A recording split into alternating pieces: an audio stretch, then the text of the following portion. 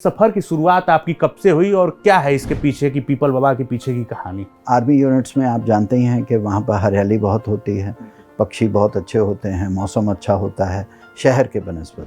तो उस तरह की एक शुरुआत रही, लेकिन जब हम 11 साल की उम्र में थे तो हमारी नानी हमारे साथ रहने आई। 53 देशों की यात्रा कर चुके हैं। ऐसे में आपको क्या लगता है उन देशों की अपेक्षा और भारत में कि वहाँ की स्थिति पर्यावरण को लेकर क्या है, सरकार किस तरह से काम करती है और यहाँ की स्थिति में क्या अंतर दिखता है आपको? सर, मुझे ऐसा लगता है कि एक प्रायोरिटी की मामला है। इतना बिजी लोग हैं कि समय ऐसा चल ही रहा है, सबको अपना अपना काम है, तो ऐसे में इतनी बड़ी टीम बनी कैसे, इसकी कहानी क्या है? मैंने कभी भी कोई भी काम अकेले नहीं किया, हमेशा दोस्त साथ रहे। कुछ पौधों के लिए आप बताएंगे हमारे दर्शकों को, जैसे लोगों की तक ये जांच है कि कौन से पौधे इस समय लगाने चाहिए जिससे कि अच्छा पर्यावरण को उससे लाभ मिले और लोगों को भी ठीक रहे? अमरूद लगा सकते हैं आप, जामुन लगा सकते हैं आप, शीशम लगा सकते हैं आप, शहतूत लगा सकते हैं। शहतूत दिखता नहीं है आजकल। सर, ओशो को लेकर रहता है कि गुरु ओशो से आप काफी प्रभावित थे, तो ये कहानी क्या है, कैसे उनके साथ क्या हुआ? ऐसा लगा कि यार ये एक आदमी है, ये संस्कृत भी नहीं बोल रहा, प्राकृतिक वो भी नहीं बोल रहा, ये कोई धर्म के बारे में नहीं बोल रहा, लेकिन ये जो भी बोल रहा है मजा आ रहा है इसको सुनने। सर, तो इस मामले में आप आज के युवाओं को क्या कहना चाहेंगे, हमारे दर्शकों को क्या बताना चाहेंगे कि पर्यावरण को लेकर वो कैसे करें, क्या करें? एक्सप्लोर कीजिए, एग्रीकल्चर इज द फ्यूचर। नमस्कार, आप देख रहे हैं भारत एक्सप्रेस का डिजिटल प्लेटफॉर्म और मैं हूं आपके साथ मुचकुंद राय। हमारे साथ एक ऐसे गेस्ट आज जुड़ रहे हैं जिनको लेके मैं आपको बताऊं उनके परिचय में, तो जो दरख्तों की हिफाजत में उम्र गुजार देते हैं, वो अपनी नहीं आने वाली नस्लों की सांसें उधार देते हैं। आज जब तरक्की की दौड़ में जंगल सिकुड़ रहे हैं, नदियां खामोश हो रही हैं और हवा भी अब पहले जैसे नहीं रही, ऐसे समय में कुछ लोग ऐसे भी हैं जो शिकायत किसी से नहीं करते, बल्कि चुपचाप एक पौधा लगाकर भविष्य लिख देते हैं। आज हमारे बीच में एक ऐसी ही शख्सियत मौजूद है जिन्होंने करीब 5 दशकों से अपना जीवन प्रकृति की सेवा को समर्पित कर दिया। करोड़ों पौधे लगाए, लाखों लोगों को पर्यावरण से जोड़ने का अभियान चलाया और अब उसी सफर को शब्दों में पिरोती उनकी एक पुस्तक आई है जिसकी नाम है पीपल की छांव। वो आप लोगों के बीच में आ भी गई है। तो ऐसे शख्स का हम अपने स्टूडियो में बहुत बहुत स्वागत करते हैं और पूरे देश में ये पीपल बाबा के नाम से मशहूर है और जाने पहचाने नाम है और इनको हम प्रेम परिवर्तन जी के नाम से भी जाने जाते हैं। तो सर, आपका बहुत बहुत स्वागत है हमारे स्टूडियो में। सर, तो आप सबसे पहले, मेरा पहला क्वेश्चन रहेगा कि इस सफ़र की शुरुआत आपकी कब से हुई और क्या है इसके पीछे की, पीपल बाबा के पीछे की कहानी? हाँ, तो हम जब 6 साल के थे तो हमारे क्योंकि फादर आर्मी में थे, फौजी बच्चे हैं, तो कैंटोनमेंट्स में पैदाइश रही, तो उठना बैठना आर्मी यूनिट्स में आप जानते ही हैं कि वहाँ पर हरियाली बहुत होती है, पक्षी बहुत अच्छे होते हैं, मौसम अच्छा होता है शहर के बनस्पत। तो उस तरह की एक शुरुआत रही, लेकिन जब हम 11 साल की उम्र में थे तो हमारी नानी हमारे साथ रहने आई, क्योंकि फादर ज़्यादा बॉर्डर पे रहते थे, है ना। तो वो जो थी वो हमेशा खुरपी लेके घूमती रहती थी और फ़ौजियों की जो कोठियाँ होती हैं, आप जानते हैं कि वो MES के पुराने ब्रिटिश बंगलोज़ अंग्रेज़ों के टाइम के, तो 3 एकड़, 3.5 एकड़, 4 एकड़ के बड़े बड़े बंगलो होते थे। तो आगे पीछे ज़मीनें बहुत होती थी, तो वो क्यारियाँ बना के वहाँ सब्जियाँ उगाती थीं और वो हैं। तो वो अमृतसर गाँव से आई थी, कथुनंगल से। तो उन्होंने हमारे सबसे पहले वो मेरी कोच बनी, गुरु बनी और हमें सिखाया कि खाद कैसे बनाते हैं, सब्जियों को वेस्ट नहीं करना है, देसी बीज कैसे इकट्ठे करने हैं, खेतीबाड़ी कैसे करनी है, फार्मिंग। वैसे हमारे नाना जी भी एग्रीकल्चर बैकग्राउंड के थे, दादाजी भी एग्रीकल्चर, लेकिन एक प्रैक्टिकल डेमोन्स्ट्रेशन, जो एक पायलट के ऊपर काम करना जिसको बोलते हैं, वो हमारा 8, 9, 10 साल की उम्र में शुरू हुआ। 11 साल के जब हम थे तो उस समय 26 जनवरी 1977 को, 26 जनवरी 1977 को उन्होंने कहा कि अब समय आ गया कि तुम फलदार और छायादार वृक्ष लगाने शुरू करो। तो सबसे पहले उन्होंने हमें इंसिस्ट किया कि जैसे जामुन है, शीशम है, कचनार है और नीम है, ये लगाने आप लगाओ। फिर हम जब थोड़ा थोड़ा नर्सरी जाते थे, पॉकेट मनी जो भी चवन्नी अठन्नी हमें मिलती थी हम उससे ख़रीद के लाते थे। तो एक चीज़ समझ आई कि पीपल और तुलसी जी जो हैं, तो उनको केवल वो पूजा के लिए तो देते थे नर्सरी वाले, लेकिन उसके लिए पैसे नहीं मांगते थे। वो कहते नहीं बेटा, इसके लिए हम पैसे नहीं लेंगे, बाकी जो है वो बिल हमें दे दीजिए, लेकिन इसका हम नहीं लेंगे। तो धीरे धीरे पता चला कि पीपल कोई लगाता नहीं है ना, PWD नहीं लगाता, आपका हॉर्टिकल्चर डिपार्टमेंट नहीं लगाता, फॉरेस्ट वाले भी थोड़ा सा अवॉइड करते हैं। उनको लगता है कि एक तो रहता है कि भूतिया पेड़ है, दूसरा ये है कि यक्ष का है, ये तो यू नो, और दूसरी बात ये है कि उनको ये लगता है कि विशाल पेड़ है तो प्रॉपर्टी का बहुत बड़ा हिस्सा इसके नीचे आ जाता है, और इसकी जड़ें बहुत वो हैं तो नालियाँ चोक हो जाती हैं, ड्रेन चोक हो जाती हैं। तो कई कारण थे, टेक्निकल रीजंस थे, बोटानिकल रीजंस थे। तो हमने फिर ये नानी के साथ मिलके ये सोच एक आई कि मैं पीपल के वृक्ष ही लगाना शुरू करूँगा। तो बस अगले 30 साल लगाते रहे। 1,27,00,000 हम लोगों ने जो पीपल के वृक्ष लगाए, तो 1.5 करोड़ के ऊपर हैं, लेकिन जो खड़े हैं, जो जिंदा हैं, वो 21 स्टेट्स में 226 ज़िलों में वो हमारे टोटल जो हैं 1,27,00,000 पीपल के वृक्ष खड़े।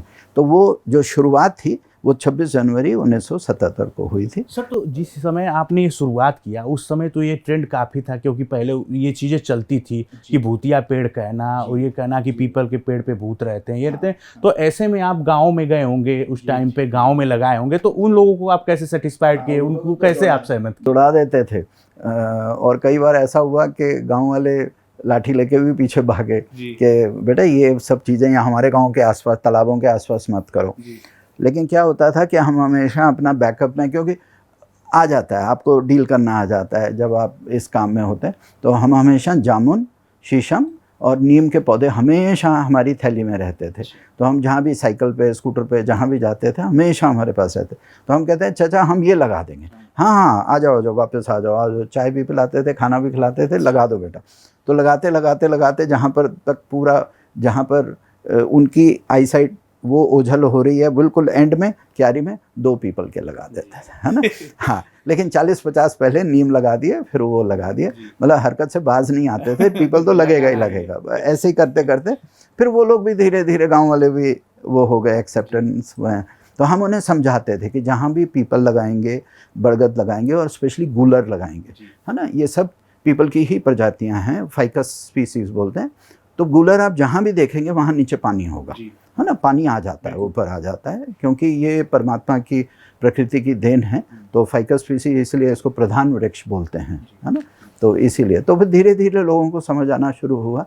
प्यार से समझाना पड़ता है, ऐसे अग्रेसिव होके आप ये काम नहीं कर सकते। सर, तो उस टाइम जैसे नीम का पेड़ मिल जाना और गूलर मिल जाना ये सब आम था, लेकिन पीपल का पेड़ मुझको लगता है कि नर्सरी में भी उपलब्ध नहीं रहा होगा। गूलर भी नहीं मिलता था, पिलखन भी नहीं मिलता था, बड़ भी नहीं मिलता था। तो ये देखिए, ये जैसे मैंने कहा, हमारे मुख्य 4 फाइकस के स्पीसीज के पौधे होते हैं हिंदुस्तान में, हमारे भारतवर्ष में। वैसे तो 42 प्रकार के हैं, फाइकस माइक्रोफाइला, ये वो जो ऑस्ट्रेलिया में भी पाया जाता है, अफ्रीका में भी पाया जाता है। लेकिन इंडिया के जो हैं हमारे भारतवर्ष के, वो हैं आपका पीपल, पिलखन, गूलर और बड़। ठीक है, चारों प्रकार के जो पौधे हैं आपको नर्सरी में मिले या ना मिले, आप दीवारें ढूंढ लीजिए, सीढ़ियाँ हैं, टंकी है, ऊपर की छत है, कहीं मंदिर, पुराने मॉन्यूमेंट्स हैं, चाहे वो लाल किला हो, कुतुब मीनार हो, आप कहीं भी चले। और गांव में तो भरमार है, ठीक है, करोड़ों नहीं, मतलब लाखों नहीं, करोड़ों करोड़ों के उसमें। तो आपको आना चाहिए कि इसकी टैप रूट को एक्सट्रैक्ट कैसे करना। इसको बड़े प्यार से पहले पानी का स्प्रे डालते हैं, फिर धीरे धीरे उसको घुमा के उसको निकालते हैं, फिर उसको पन्नी में लगाते हैं, 6 महीना उसका रूट बॉल मैच्योर हो जाए, फिर हम प्रॉपर साइट पे लगते हैं। सर, आमतौर पर लोग ऐसे पेड़ अगर दिखते हैं तो उसको उखाड़ेंगे, निकालेंगे और फेंक देते हैं, उसका कोई यूज नहीं कर देंगे, नहीं अगर लगा दिया जाए या किया जाए। एक पूरी मूवमेंट खड़ी की थी, मास मूवमेंट, कि जहां हम लोगों से यही रिक्वेस्ट, अच्छा लोग बड़े प्रेम से पार्टिसिपेट इसलिए करते थे, वो कहते चलो नहीं तो किसी को पैसा दे के ये निकलवाने पड़ेंगे, अरे ये बच्चे हैं, ये इनको बुला लो, ये 10-12 बच्चे आ जाते हैं, फटाफट 10-20 मिनट में हमारी पूरी छतें वतें बिल्डिंग सारी साफ करके, और हमें चाय वाय पिला देते थे, बिस्कुट के पैकेट दे देते थे, और साथ में लिफाफे में थोड़े पैसे भी दे देते थे। अरे बेटा बहुत अच्छा काम करे, आशीर्वाद भी मिलता था लोगों का।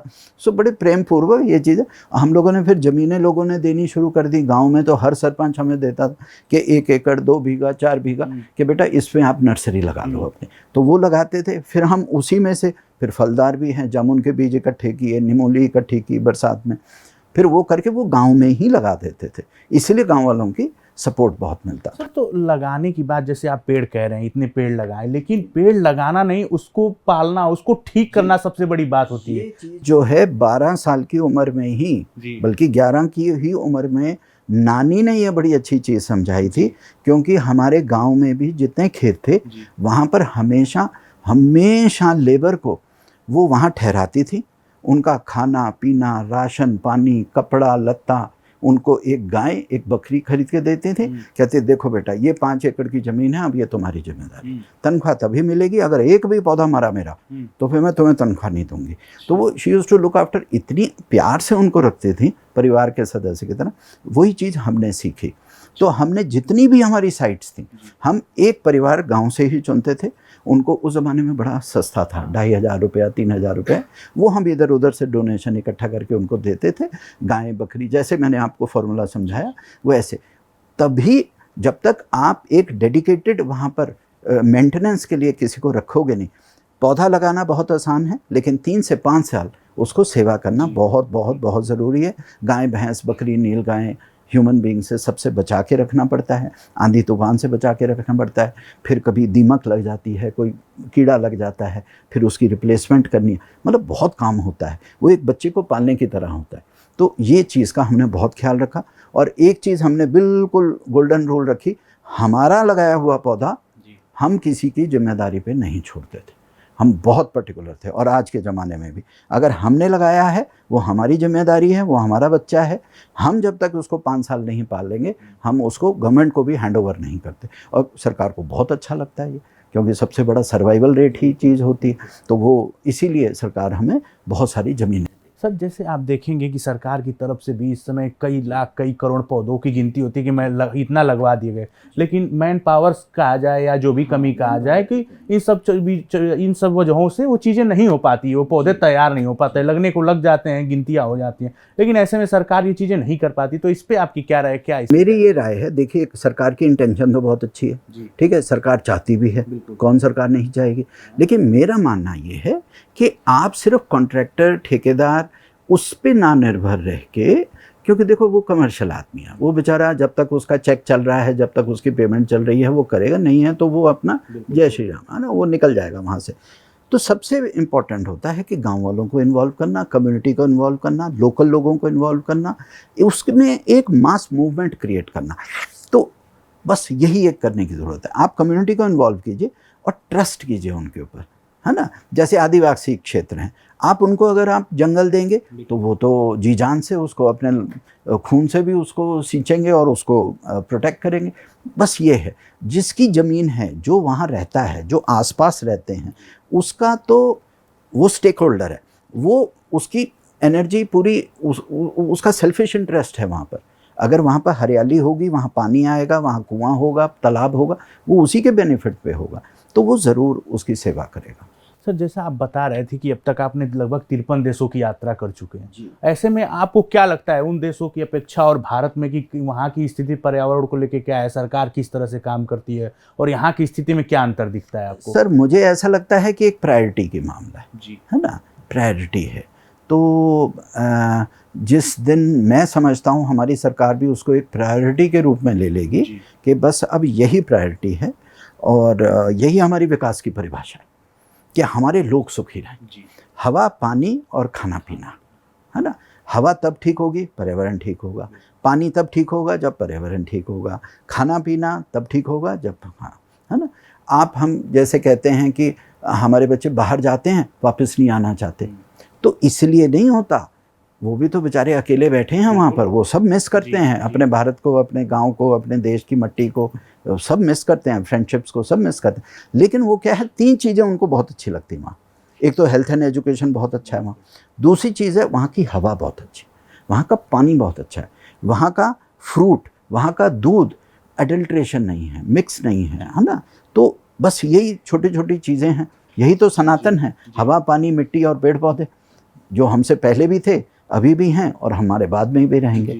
तो बस यही जो 2-4 चीज़ें होती हैं, इसी में फ़र्क है। अगर इसको प्रायोरिटी बना लिया जाए कि हवा पानी खाना पीना, आपकी मिट्टी, हम उसमें रसायन नहीं डालेंगे, वो बस ये छोटी छोटी प्रायोरिटीज़ आप लगा लें, मेरे ख्याल से ओवरनाइट चीज़ें बदल सकती हैं।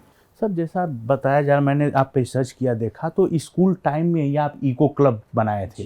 तो वो इको क्लब उतनी कम उम्र में ये सोच रखना और इको क्लब बनाना और उसके बाद इस पे काम करना, तो इसकी क्या सर वो मैं उसका श्रेय नहीं लूँगा। हमारी एक टीचर थी मिसेस विलियम्स, ये उन्होंने बनाया था, है ना।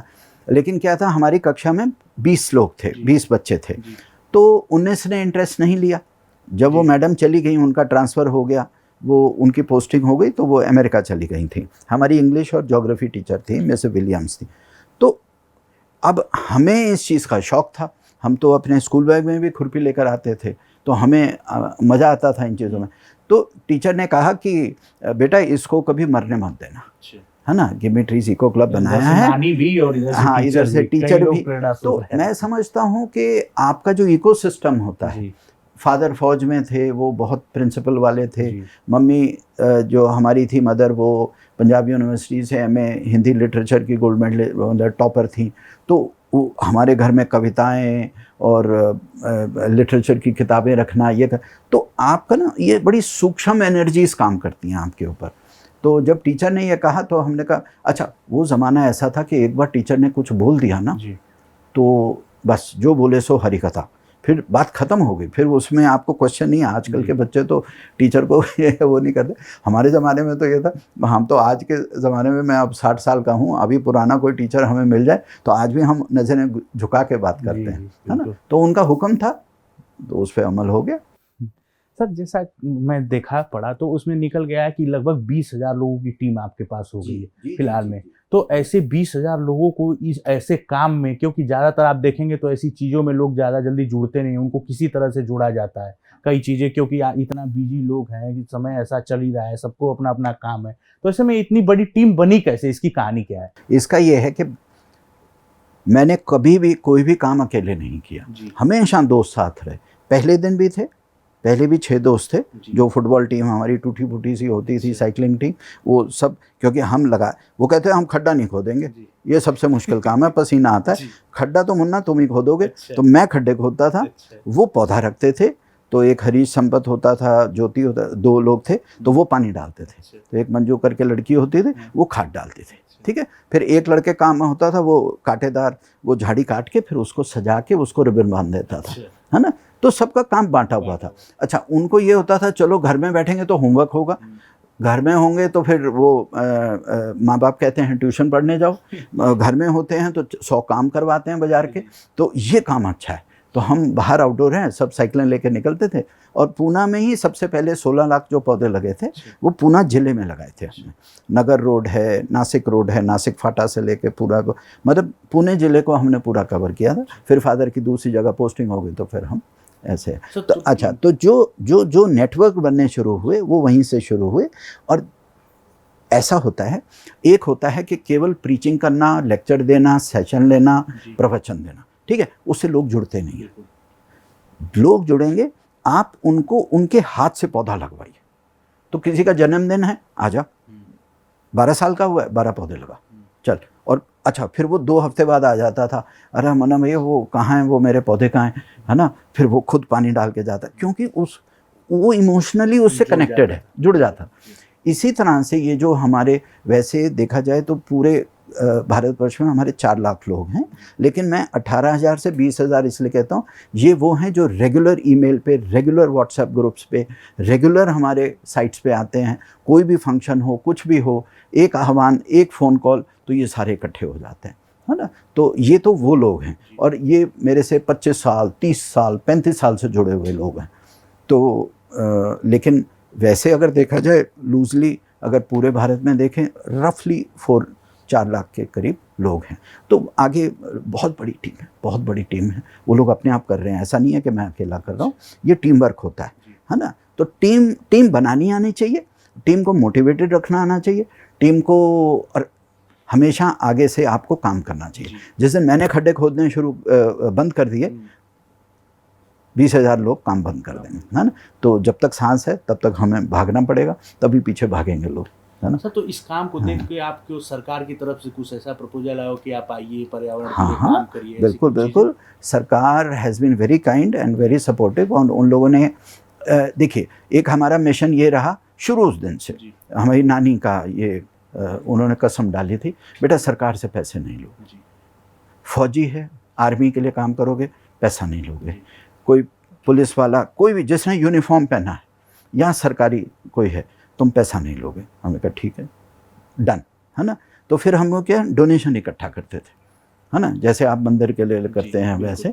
तो घंटी बजा के अंकल जी हम लोग पौधा लगाना चाहते हैं, हाँ हाँ बेटा, कोई पूड़ी आलू ले आता था, कोई चाय ले आता था, कोई बिस्कुट दे देता था, कोई खाद 2 ट्रक दे देता था, कोई 4 ट्रक आपको पौधे दे। बड़े प्यारे लोग हैं, अच्छे काम के लिए अच्छे लोग अपने आप मधुमक्खी की तरह सब गुड़ के ऊपर आ जाते हैं, है ना। तो ये हमारा एक्सपीरियंस तो हमेशा से बहुत अच्छा रहा, कभी किसी चीज़ की कमी नहीं रही। और जबकि हम बिल्कुल ऑर्गेनाइज भी नहीं थे, 40 साल तो 35 साल हमने विदाउट ऑर्गेनाइजेशन काम किया, है ना। तो ये तो 2011 में हमने रजिस्टर करवाया और फिर 2017 में CSR आया पहली बार जिस तरह से। तो लोगों का प्यार था, लोगों की डेडिकेशन थी, लोगों का भी तो कमिटमेंट है। अभी जैसे नोएडा क्षेत्र में ही एक विनोद शर्मा जी हैं जो पिछले 2 साल से रिटायर हुए हैं जल निगम से, उत्तर प्रदेश जल निगम से। उन्होंने 54 लाख पौधे केवल और केवल डिस्ट्रिक्ट गौतम बुद्ध नगर में अपने हाथ से लगाए। वो जब भी पौधा लेके आते हैं वो कहते हैं बेटा खड्डा तो तुम खोदो, लगाऊंगा मैं खुद, पाप मतलब जो पुण्य है मुझे मिलना चाहिए उसका, है ना। तो बड़े प्यारे प्यारे लोग।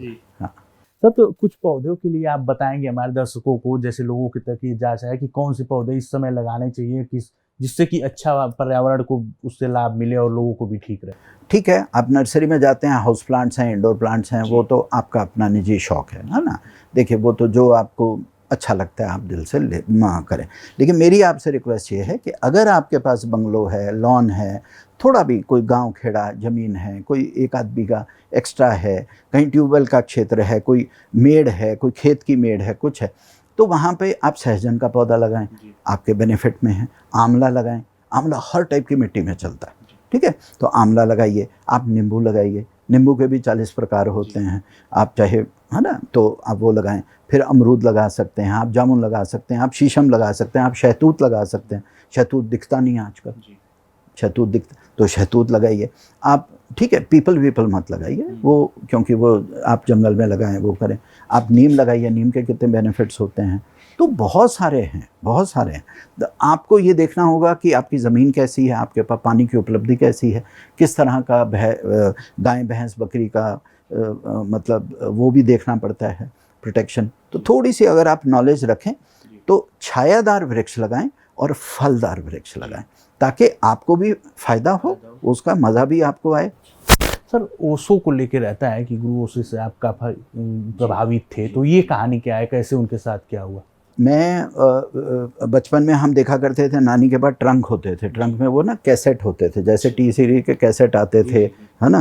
अब तो सब कुछ फ़ोन पे होता है, पहले फ़ोन तो होते नहीं थे।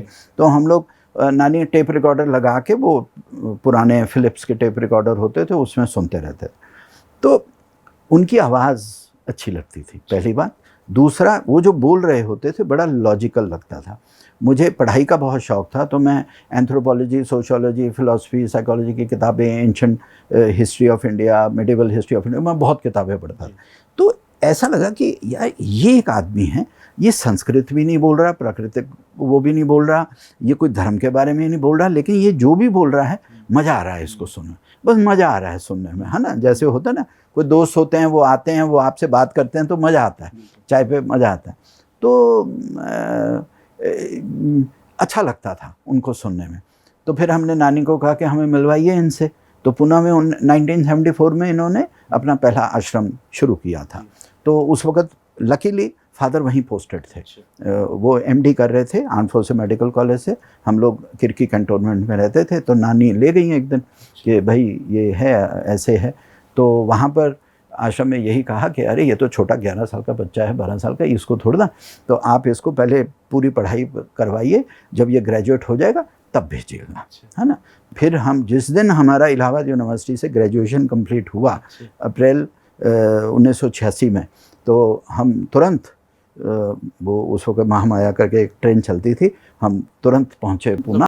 मतलब 11 साल की उम्र में आपको याद था कि मुझे जाना ही है ग्रेजुएशन के बाद? एक था।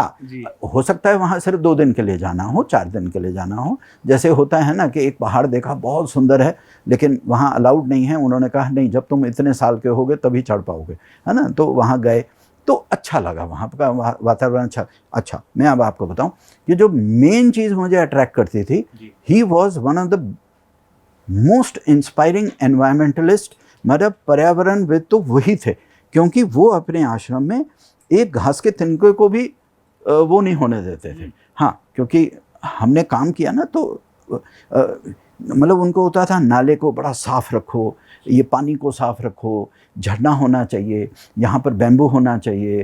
उनको पेड़ पौधे बहुत अच्छे लगते थे। जब गुरु ही ऐसा हो, है ना।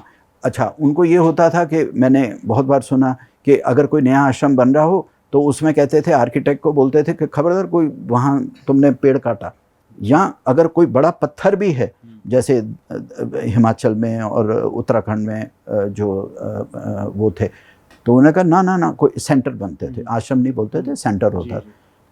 कोई पत्थर नहीं हिलेगा, कोई नदी नहीं हिलेगी, कोई नाला नहीं हिलेगा और कोई पेड़ नहीं हिलेगा। तो आर्किटेक्ट कहता था अरे भाई अगर ये नहीं करेंगे तो बनाएंगे कैसे। तो वो कहते वो इसीलिए तो तुमको पैसे देते हैं, अपना दिमाग लगाओ, है ना। प्रकृति की कोई चीज़ हिलेगी नहीं।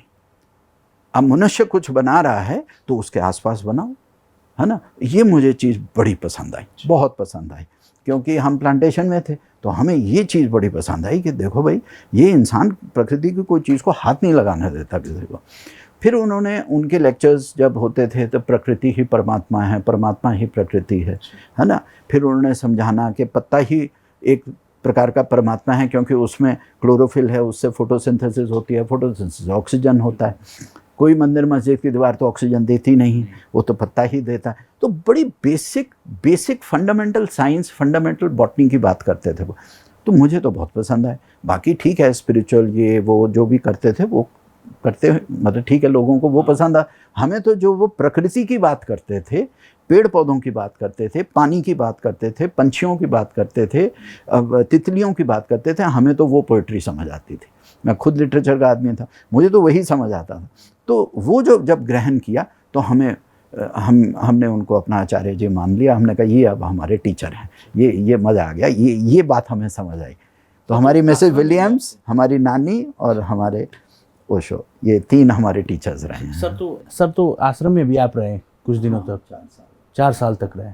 4 साल आश्रम में मतलब आप रहते थे, प्रॉपर रहते थे कि आते जाते? फादर वहीं पोस्टेड थे। अच्छा। आना जाना लगा रहा। मैं अपनी MA भी वहीं कर रहा था, पूना यूनिवर्सिटी से, इंग्लिश डिपार्टमेंट से मैंने अपनी पोस्ट ग्रेजुएशन भी वहीं पर ही की। हाँ, तो आना जाना, यार दोस्त सारे जो सीनियर भी थे वो भी थे, कभी अंदर कभी बाहर, कभी, क्योंकि ऐसा होता था, मैं भी जैन परिवार से हूँ। उस वक़्त ओशो के साथ कोई भी रिलेशनशिप अच्छी नहीं मानी जाती थी, है ना। तो वो कहते थे अरे ये बड़े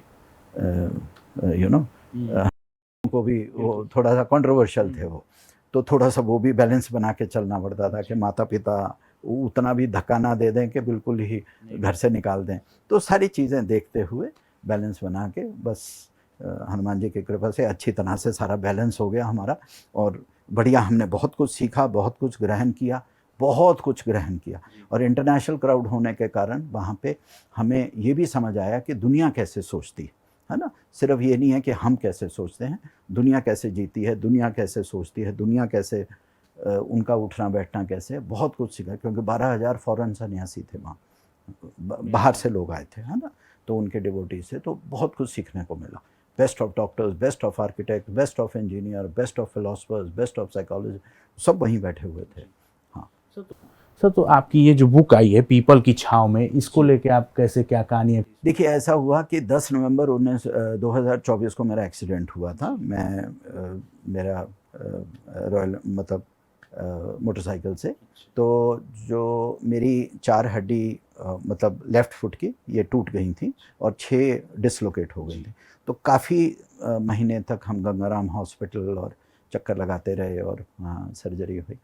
तो उसी दौरान पेंगुइन जो पब्लिशर्स हैं, तो उन्होंने एक प्रपोज़ल मतलब दिया कि आप एक किताब क्यों नहीं लिखते, है ना। और हमने भी सोचा, अब देखो उम्र हो रही है, ऐसे ही किसी एक्सीडेंट में हम निकल गए तो ये चीज़ें जो जितना 50 साल का एक्सपीरियंस है, धरा का धरा रह जाएगा, तो लिख ही देते हैं एक।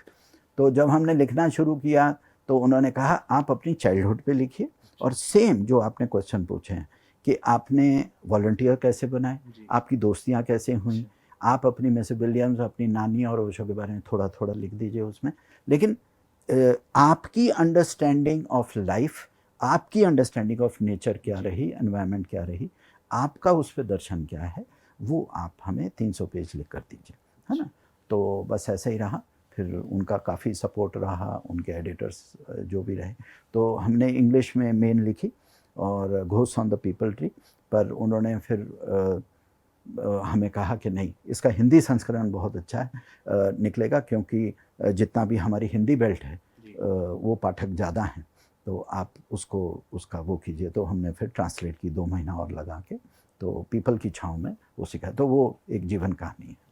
हाँ सर, तो इस मामले में आप आज की युवाओं को क्या कहना चाहेंगे, हमारे दर्शकों को क्या बताना चाहेंगे कि पर्यावरण को लेकर वो कैसे करें, क्या करें, इस बारे में थोड़ा सा कुछ कहूँगा।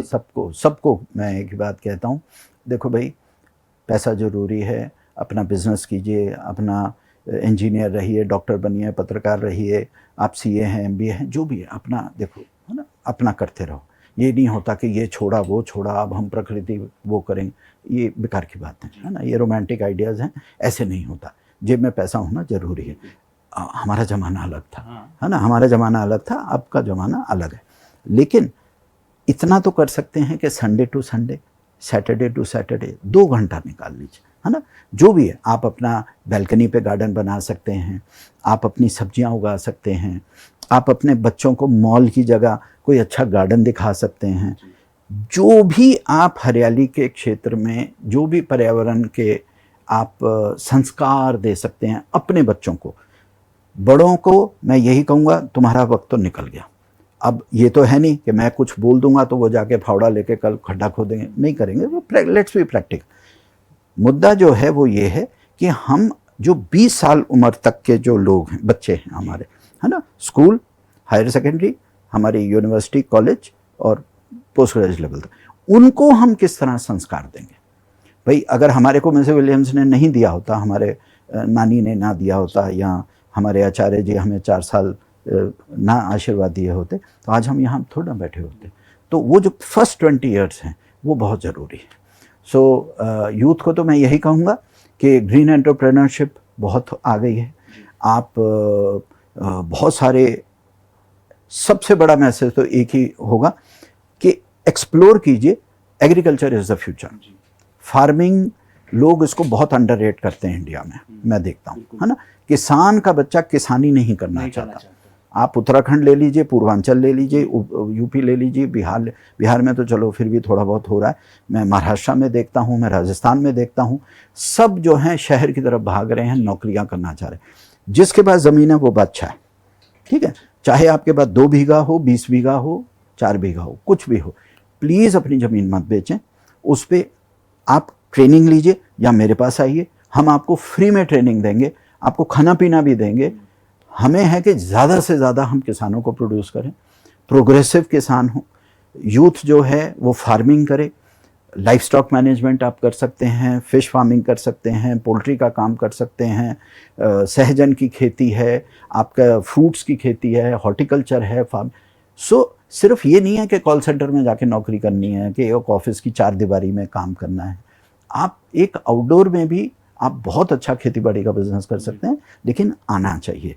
अगर वो कहते हैं कि नहीं, वो खेती बाड़ी में पैसा नहीं होता, मैं खुद किसान बैकग्राउंड से हूँ, मुझे मालूम है, मैंने सारी ज़िंदगी यही काम किया है। मैं इतना कह रहा हूँ, they are not doing it right. वो ठीक से काम नहीं कर रहे। वो क्या करें, इनपुट कॉस्ट बहुत बढ़ा लेते हैं, लोन ले लेते हैं, हाइब्रिड सीड ले लेते हैं, फिर उसमें इतना सारा केमिकल डाल देते हैं। ऐसे नहीं होता। आप देसी बीज के साथ देसी खेती कीजिए, जिसमें ज़ीरो इनपुट कॉस्ट हो, आपकी ज़ीरो इनपुट कॉस्ट है। कोई ट्रैक्टर की ज़रूरत नहीं है, कोई डीजल की ज़रूरत नहीं, कोई पेट्रोल की ज़रूरत नहीं है, कोई केमिकल की, कोई वीडीसाइड की, कोई पेस्टिसाइड की नहीं ज़रूरत। आप प्राकृतिक खेती कीजिए और जो पैसा आएगा वो आपकी जेब में जाएगा जी, है ना। और अगर आप अच्छा उगाते हैं, अब तो ये नया ट्रेंड है, यंगस्टर्स को समझना चाहिए। आप सोशल मीडिया पे अपनी डिस्प्ले कीजिए, मेरे पास ये है, ये। अरे लोग डायरेक्ट, रेस्टोरेंट वाले, होटल वाले, हॉस्पिटैलिटी वाले, शहर हाउसिंग सोसाइटी, आरडब्ल्यू, वो डायरेक्ट आपसे लेंगे। बिल्कुल, क्योंकि ऑर्गेनिक चीजें मिल कहाँ रही, चीज़ें मिल नहीं रही है ना। बल्कि प्राकृतिक खेती से जो उपजाई हुई सब्जियां हैं वो तो और ज़्यादा सस्ती होती हैं। भाई जो केमिकल खेती कर रहा है उसका तो मेरे को समझ आ रहा है, भैया उसने बहुत पैसा लगाया उसमें, है ना। लेकिन प्राकृतिक खेती तो और सस्ती होनी चाहिए, लेकिन अभी वो प्रीमियम पे बिक रही है। तो इस चीज़ का फ़ायदा उठाओ, यंगस्टर्स को इस चीज़ का फ़ायदा उठाने। और बहुत सारे बच्चे हैं, IITs के बच्चे हैं, IIMs के बच्चे हैं, बहुत बढ़िया बढ़िया IT कंपनीज़ के बच्चे हैं, जिन्होंने हमारे मार्गदर्शन में उन्होंने खेती बाड़ी में गए हैं, and they are very very happy. उनकी लाइफ भी अच्छी है और लाइवलीहुड भी अच्छी है। सर देखेंगे आप तो गाँव की तरफ ज़्यादा ट्रेंड यही है कि धान की खेती, गेहूं की खेती, मतलब ऐसे ही फसलवार, कोई वैसी प्राकृतिक खेती पे कोई डिपेंड ही नहीं करता और उन्हीं चीज़ों पे करता है, इसीलिए उन पे बेनिफिट नहीं होता है उतना ज़्यादा। तो ऐसे में ये चीज़ें बदलनी चाहिए बिल्कुल आपके हिसाब से, कि इसको बदल के देखा जाए। क्योंकि आप ज़्यादा कैश क्रॉप में जाएंगे तो होता क्या है, आपको अड़तियों के ऊपर निर्भर होना, मंडियों के ऊपर, है ना। फिर जैसे गन्ना की खेती है, फैक्ट्री वाले जो हैं वो कहेंगे 4 महीने बाद हम पैसा देंगे। अब आपके पास 4 महीने पैसा नहीं है तो 2% 5% पे आप अड़तिये से पैसे ले लेंगे, महाजन से पैसा ले लेंगे, बैंक से पैसा ले लेंगे, फिर आप 60% एनुअल इंटरेस्ट पे फंस जाएंगे। तो वो जो वर्तुल है ना, उससे आप बाहर नहीं निकल पाते। तो हम जो ट्रेनिंग देते हैं, हम जो स्किलिंग देते हैं, हम जो अपने बच्चों को, जो भी हमारे पास आता है, हम उन्हें कहते हैं ज़ीरो बजट फार्मिंग। आप कोई लोन नहीं लेंगे, आप कोई हाइब्रिड सीड नहीं लेंगे, आप कोई केमिकल नहीं डालेंगे, कोई आप बाहर से इक्विपमेंट नहीं लेंगे। बेसिक चीज़ जो आज से 70-80 साल पहले जिस तरह खेती होती थी, है ना। तो अब क्या है कि लोगों को ना एक ऑप्टिक्स है, वो एक विजुअल वो है, और ये बासमती राइस है, हमारी गन्ने की खेती है, वो CJ60 वैरायटी है, वो ये करेंगे वो करें। अरे भाई सिंपल खेती करो। हमारे दादाजी नाना जी बड़ी एक प्यारी बात बोलते थे, किसान वो है जो सिर्फ और सिर्फ नमक और चाय पत्ती बाहर से लेता है, बाकी सब चीज़ें अपने परिवार के लिए खुद उगाता है, उसको कहते हैं किसान। और जो सिर्फ मंडी के लिए काम करता है वो है दुकानदार, वो किसान नहीं है फिर, है ना। तो हमें उस तरह के किसान और चाहिए। सो ग्रो योर ओन फूड। आप कम से कम, आपको ये तो गारंटी वारंटी रहेगी कि आप जो खा रहे हैं वो अच्छा है ना, उसमें कोई जहर नहीं है। तो यही मेरा यूथ को है कि प्लीज़ एग्रीकल्चर को ये ज़रा सीरियसली लीजिए, और प्लीज़ अपने बाप दादाओं की ज़मीन को बेचिएगा मत।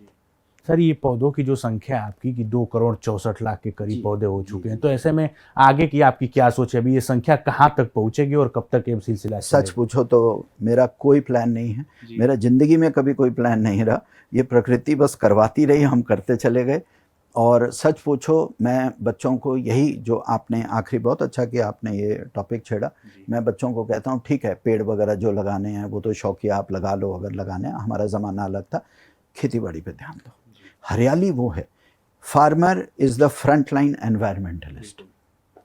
फार्मर सही तो देश सही, फार्मर सही तो आपका नदी का पानी सही, फार्मर सही तो आपका ग्राउंड वाटर सही, फार्मर सही तो आपकी हवा सही, फार्मर सही तो वो मिट्टी ठीक। सारा कुछ मिट्टी से रिलेटेड है ना। तो मेरा पूरा फोकस जो है बच्चों को फार्मिंग, एग्रीकल्चर।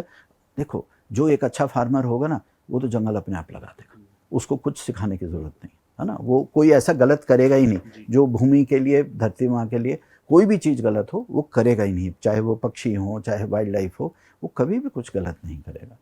तो वी नीड गुड फार्मर्स।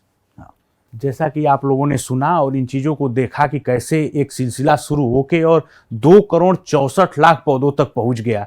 ये शुरू कब से हुआ? 11 साल की उम्र से, और अभी भी सर की उम्र 60 साल तक पहुंची हुई है। और अभी ये सिलसिला अभी आगे चलता रहेगा। अब कब तक चलता रहेगा ये देखने वाली बात होगी, और ये देखा जाएगा कि अभी ये कहाँ तक पहुँचता है और सरकार इसको लेके क्या करती है। सर को बुलाती है, बातचीत करेंगे या आगे की चीज़ें दिखाएंगे, ये होगी। और सर के साथ हम लोग जुड़े भी रहेंगे, आगे भी ऐसी ज़रूरतें पड़ेंगी, ऐसे मौके आएंगे तो हम ज़रूर बुलाएंगे इनको, और आगे की चीज़ें आपको बताएंगे और दिखाएंगे भी कि आगे क्या करना चाहिए। और ये जीवन में आपको जरूर लाना चाहिए। आज के युवाओं को ये काफ़ी अच्छी प्रेरणा थी कि जो सर ने बताया कि कैसे आपको करना चाहिए, खेती बाड़ी पे निर्भर रहना चाहिए, पौधे लगाने चाहिए, ये चीज़ें देखनी चाहिए आपको, और अपनी ज़मीन नहीं बेचनी चाहिए। ये सबसे बड़ी बात है, क्योंकि आज के समय में आप देख रहे हैं तो सबसे ज़्यादा यही चल रहा है गाँव में या क्षेत्रों में कि अपनी ज़मीन बेच के लोग बाहर निकल जा रहे हैं, पलायन कर जा रहे हैं। तो इन चीज़ों पर रोक लगनी चाहिए और देखना चाहिए, इसको ठीक करना चाहिए। ऐसे में और तमाम अपडेट और सर को आगे भी हम बुलाएंगे और दिखाते रहेंगे आपको। हमारे साथ बने रहिए और देखते रहिए भारत एक्सप्रेस।